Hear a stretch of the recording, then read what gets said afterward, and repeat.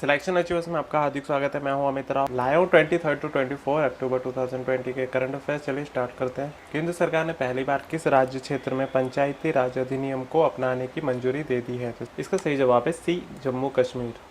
केंद्र सरकार ने जम्मू कश्मीर पंचायती राज अधिनियम 1989 को लागू करने की मंजूरी दे दी है। इस कदम से जम्मू कश्मीर में देश के अन्य हिस्सों की तरह 3 स्तरीय लोकतंत्र की स्थापना में मदद मिलेगी। केंद्र सरकार ने जम्मू कश्मीर में विधायकों की गैर मौजूदगी में स्थानीय निकायों को मजबूत बनाने के लिए पंचायती राज कानून का संशोधन किया है। तो इसका सही जवाब क्या है? सी, जम्मू कश्मीर। चलते हैं नेक्स्ट क्वेश्चन पे।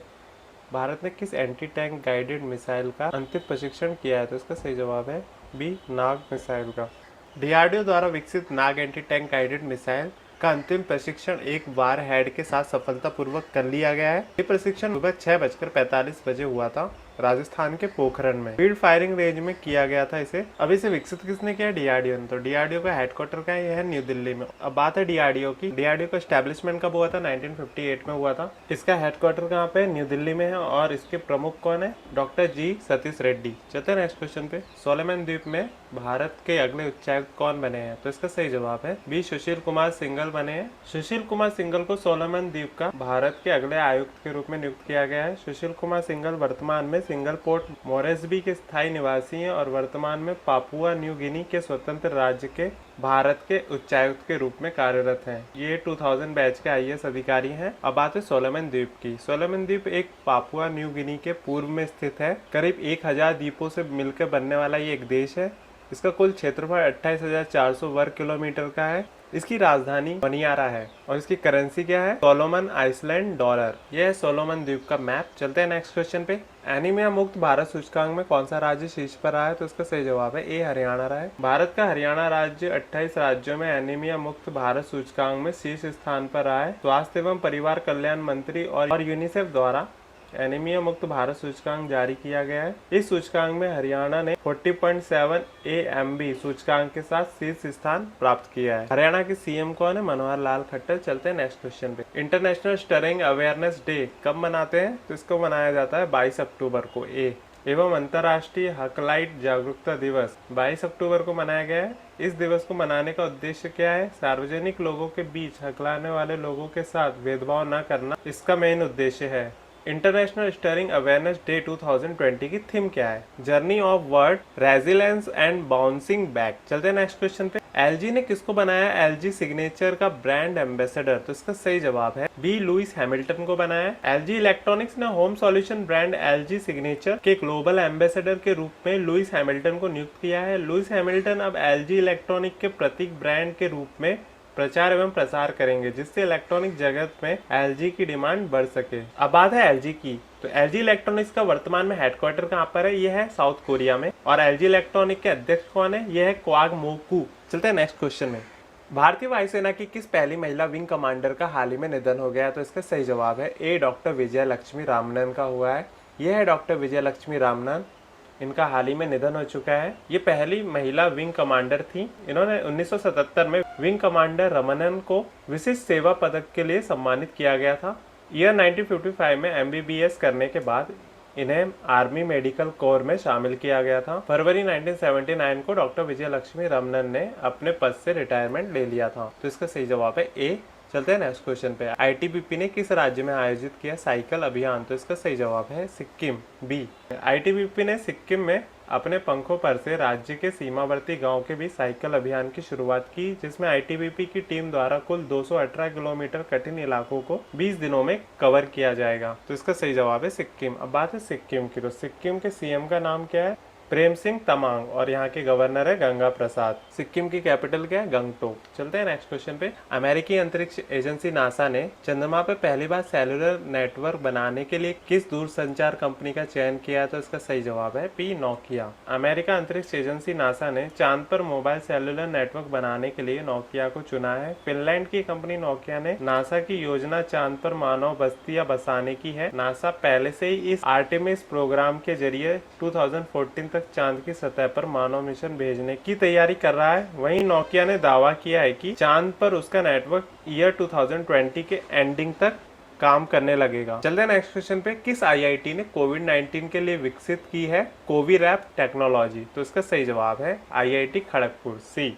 आईआईटी खड़गपुर के शोधकर्ताओं ने कोविड-19 डायग्नोस्टिक नामक कोविरैप टेस्ट टेक्नोलॉजी डेवलप की है। इस टेक्नोलॉजी के माध्यम से सिर्फ 1 घंटे के अंदर कोविड-19 की रिपोर्ट आ जाती है, जिसे उपयोग करना भी काफी आसान है और इसकी कीमत भी काफी कम है। इस टेस्टिंग तकनीकी की मदद से आम लोगों को 500 रुपए की लागत में प्रशिक्षण करने के उद्देश्य से बनाया है। तो सही जवाब सी आईआईटी खड़गपुर है। चलते हैं नेक्स्ट क्वेश्चन पे। भारतीय पर्यटन सांख्यिकी रैंकिंग में कौन सा राज्य रहा शीर्ष पर? तो इसका सही जवाब है बी उत्तर प्रदेश। ईयर 2019 में पर्यटन मंत्रालय द्वारा जारी भारतीय पर्यटन सांख्यिकी रैंकिंग के अनुसार उत्तर प्रदेश राज्य में 53.6% घरेलू पर्यटकों को आकर्षित करने के मामले में टॉप पर रहा है ये राज्य। इस रैंकिंग में तमिलनाडु राज्य 21.3% और आंध्र प्रदेश राज्य 10.2% तीसरे स्थान पर रहा है। अब बात है उत्तर प्रदेश की, तो उत्तर प्रदेश राज्य के मुख्यमंत्री हैं योगी आदित्यनाथ और यहाँ के गवर्नर हैं आनंदीबेन पटेल। चलते हैं नेक्स्ट क्वेश्चन पे। बी फिश का ब्रांड एम्बेसडर किसे बनाया गया है? तो इसका सही जवाब है बी प्रियंका चोपड़ा जोनास को बनाया गया है। यह है प्रियंका चोपड़ा जोनास।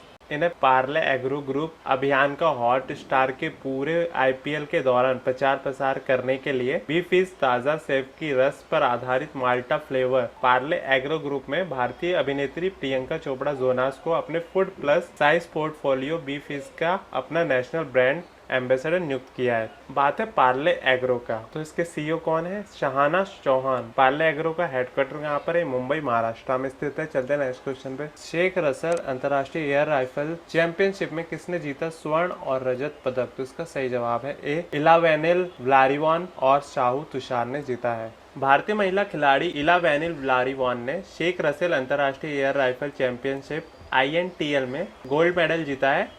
इस कार्यक्रम का आयोजन Bangladesh shooting sports federation BSSF द्वारा किया गया था। इसमें जापान के नाया ओकाडा ने पुरुष श्रेणी में स्वर्ण पदक जीता, जबकि भारत के साहू तुषार माने ने Sheikh Russel international rifle championship 2020 रजत पदक हासिल किया है। तो इसका करेक्ट आंसर है ए। चलते हैं नेक्स्ट क्वेश्चन पे। भारत ने ओडिशा तट से किस मिसाइल का किया सफल प्रशिक्षण? तो इसका सही जवाब है ए। भारत ने ओडिशा तट की इंटीग्रेटेड टेस्ट रेंज में हेलीकॉप्टर लॉन्चेड नाग मिसाइल के उन्नत संस्करण stand of anti tank SANT missile का सफल उड़ान प्रशिक्षण किया। इस मिसाइल का प्रशिक्षण ग्राउंड आधारित प्लेटफॉर्म के एक रूफटॉप लॉन्चर से किया गया। भारत में मात्र 1.5 महीने के अंदर अपना 11वां सफल मिसाइल प्रशिक्षण किया है। DRDO ने SANT मिसाइल को 15 से 20 किलोमीटर की दूरी के लक्ष्य को भेदने में सक्षम बनाया है। तो इसका सही जवाब क्या है? एक SANT का फुल फॉर्म क्या है? Stand of anti tank missile. चलते हैं नेक्स्ट क्वेश्चन पे। कौन सा देश टैक्स भुगतान के लिए चेहरे की पहचान करने वाला बना विश्व का पहला देश? तो इसका सही जवाब है ए सिंगापुर।